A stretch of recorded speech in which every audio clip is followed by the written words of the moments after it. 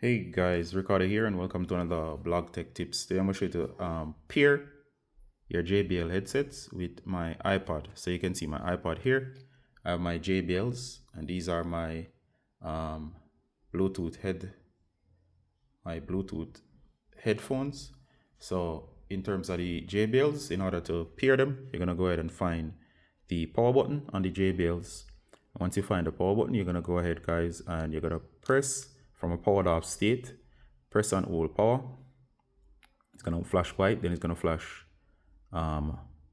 blue. Count to 10. 1, 2, 3, 4, 5, 6, 7, 8, 9, 10. And of course, that's just enough time to make sure it's in pairing mode. It's now in pairing mode. I'm going to place these in the background. So they are now searching for pairing.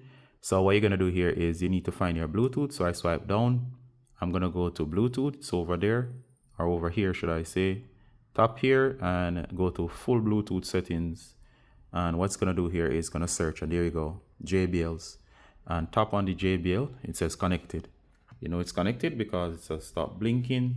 And now it says connected in terms of the connection. So all I got to do now is go ahead and play some music. Once I play the music, what's gonna happen is that it should start working as normal, and I should be able to enjoy music from these, and it will work fine. Hope that was useful, guys, in terms of your iPad and connecting up your headsets. All right, so hope that was useful. See you in the next one. Bye.